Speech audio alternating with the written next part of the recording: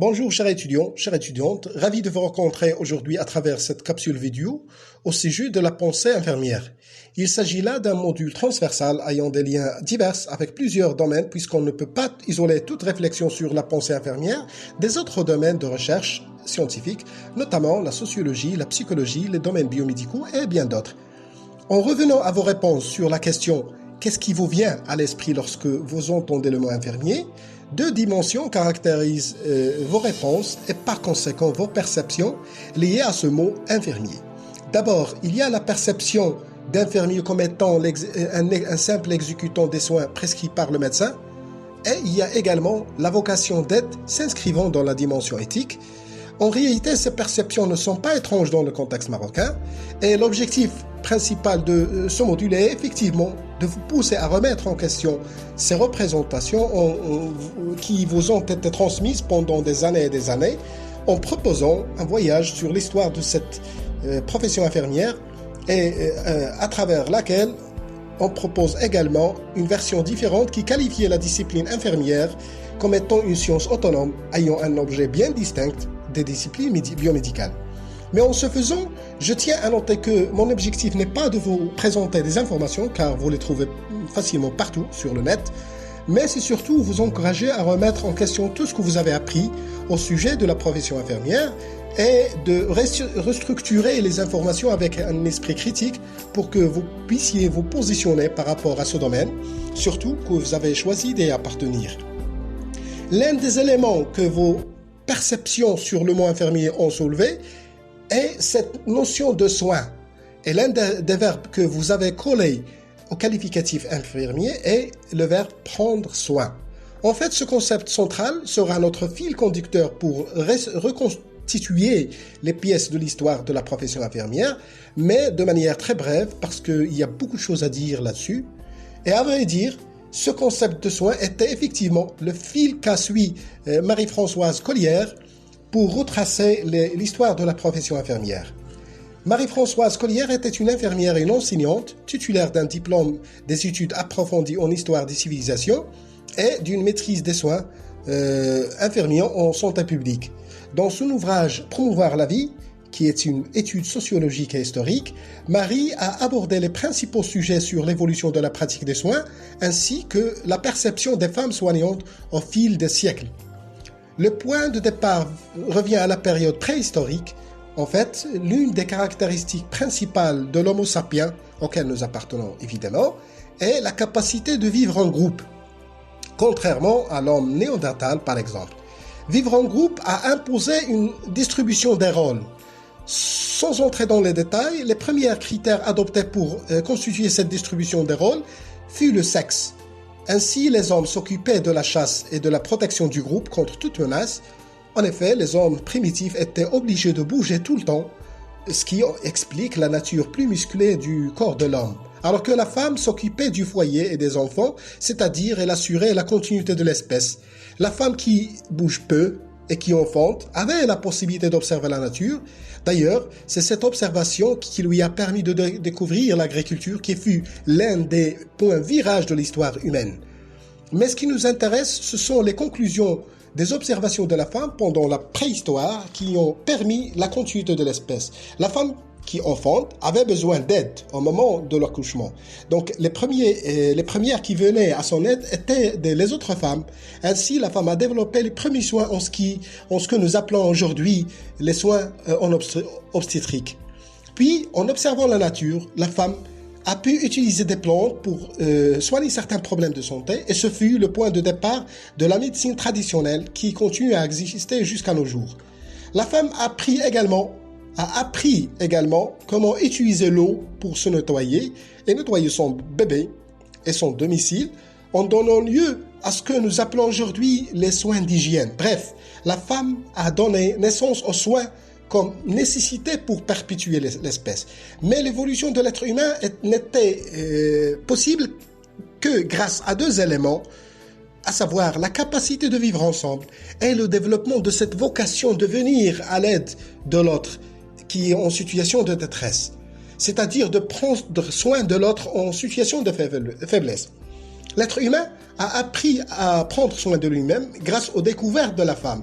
Au fil des siècles et des siècles, l'être humain a développé des compétences, des pratiques de soins qui se sont articulées autour d'une médecine traditionnelle reposant sur ce que lui offre la nature et une compréhension élémentaire de son corps, contrairement aux autres espèces animaux.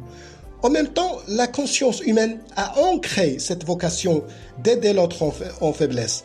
Avec l'apparition des religions, cette vocation d'aider l'autre a été renforcée par des récompenses divines.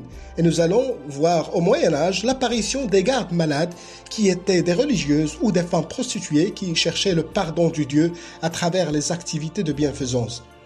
Jusque-là, on ne parle pas de métier ou de profession infirmière au sens proche du terme, c'était juste des femmes qui ont développé un certain savoir de prendre soin des malades et dont les motivations étaient dans la plupart des cas d'ordre religieux. En fait, la période entre la seconde moitié du XVIIe siècle et le milieu du XIXe siècle a été décrite par l'historien médical Fielding Garrison comme l'âge sombre des soins infirmiers. Les gardes malades de cette époque étaient généralement pauvres, non qualifiés et souvent associés à un comportement immoral. Les hôpitaux qu'ils desservaient avaient une réputation tout aussi basse d'insalubrité, c'est-à-dire de manque d'hygiène, de désordre et de reproduction des infections. Ils étaient souvent considérés comme des simples endroits à mourir. Le point nodal qu'on peut prendre comme début de la profession infirmière fut l'expérience de Florence Nightingale, issue d'une famille riche et noble, mais qui se trace comme objectif de sa vie de prendre soin des malades isolés et condamnés à mourir. Il n'est donc pas difficile de comprendre pourquoi la famille de Florence Nightingale, qui était riche et respectable, l'a découragée de choisir ce métier inadapté. Mais Florence est allée à l'encontre de la volonté de ses parents et a refusé un éventuel mariage, c'est-à-dire de mener une vie, disons, entre guillemets, normale. En 1851, elle a suivi une formation d'infirmière à l'école de Theodor Fliedner pour les diaconesses luthériennes en Allemagne. Cette école était l'une des premières institutions pour la formation appropriée des infirmières, en dehors des ordres religieux catholiques. Puis, en 1853, Nightingale va se perfectionner à Paris chez les Sœurs de la Miséricorde. Et après son retour en Angleterre, Florence a pris un poste de surintendante pour l'établissement de l'ordre de gentlemen pendant la maladie. Et Florence est probablement plus connue pour son travail pendant la guerre de Crimée entre 1854 et 1856. À cette époque, les médecins n'accueillaient pas les infirmières entrantes, mais comme le nombre de patients augmentait, leur aide était nécessaire dans l'hôpital surpeuplé, sous-approvisionné et insalubre. Sous la direction de Florence, les infirmières ont apporté propreté, hygiène, nourriture nutritive et confort aux patients. Nightingale était connue pour fournir le genre de soins simples et spécifiés, soins personnels, comme écrire des lettres à la maison pour les soldats. Cela les a réconfortés et a amélioré leur santé psychologique. Son groupe d'infirmières a transformé l'hôpital en un environnement sain en 6 mois. Et par conséquent, le taux de mortalité des patients est passé de 40% à 2%. Les soldats de Crimée ont nommé Florence la dame à la lampe parce qu'ils se servaient d'une lampe pour surveiller les malades et les blessés pendant la nuit. Et c'est elle qui a instauré le principe de continuité de soins. Donc, en se basant sur son expérience, Florence a écrit en 1860 le premier ouvrage en soins infirmiers dans l'histoire humaine, intitulé Notes on Nursing, What is it and what is it not? Dans cet ouvrage, Nightingale a proposé une théorie de soins selon laquelle la personne malade doit être placée dans les meilleures conditions possibles pour que la nature puisse préserver ou restaurer sa santé. Nightingale pense que la médecine et la chirurgie ne peuvent pas faire autre chose que d'enlever des obstacles, c'est-à-dire ni l'une ni l'autre ne guérit. Et seule la nature peut guérir. Et ce que le nursing fait est de placer le patient dans des meilleures conditions pour que la nature puisse agir sur lui. La deuxième star dans l'histoire de la profession infirmière est certainement Lionel Chaptal, qui est aussi issu d'une famille française noble et qui était célèbre pour sa participation à la vie politique. Lioni a lancé la première revue des infirmières en 1923, Infirmière Magazine. Il critique le monopole de l'hégémonie des médecins dans les soins en donnant le point de départ de la première initiative de l'autonomie de la profession infirmière. Donc, le Lyonnais pense que si le médecin doit connaître la maladie, l'infirmier doit connaître la personne dans son état de maladie. C'est une perspective différente. Ensuite, on peut également citer une autre célébrité qui a relativement marqué l'histoire de la profession infirmière, qui, cette fois-ci, était un médecin. Il s'agit de Désiré Magloire Bournville, qui était contre la pratique des soins par les religieuses employées comme infirmières. Pour lui, l'État laïque a le devoir de se priver du concours d'auxiliaires qui, par leur vœu, se placent en opposition directe avec les lois de la nature et les intérêts de la société.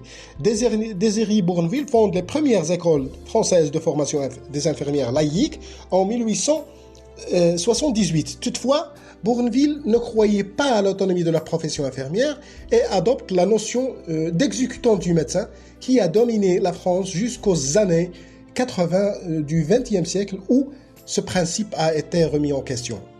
Comme le Maroc a été colonisé par la France, on comprend maintenant d'où vient cette perception de l'infirmier comme exécutant et que vous avez reflété parfaitement dans vos réponses. Je ne vais pas m'arrêter sur l'histoire de la profession infirmière au Maroc, d'abord car il n'y a presque pas d'écrit historique sur la période précoloniale, et je vais juste vous présenter sur l'écran les années clés sur l'évolution de la profession infirmière et surtout après la période postcoloniale. Donc, après ce bref historique, il est légitime de se poser un certain nombre de questions. On entend parler souvent des disciplines infirmières et des sciences infirmières. Donc, quel lien entre ces concepts? Est-ce que vraiment les soins infirmiers s'articulent autour d'une science autonome? Qu'est-ce qui fait de la profession infirmière une discipline distincte des autres disciplines voisines, comme les disciplines médicales? Toutes ces questions seront abordées dans les articles scientifiques que je mets à votre disposition en vue de vous permettre de bien vous situer par rapport à ces concepts centraux.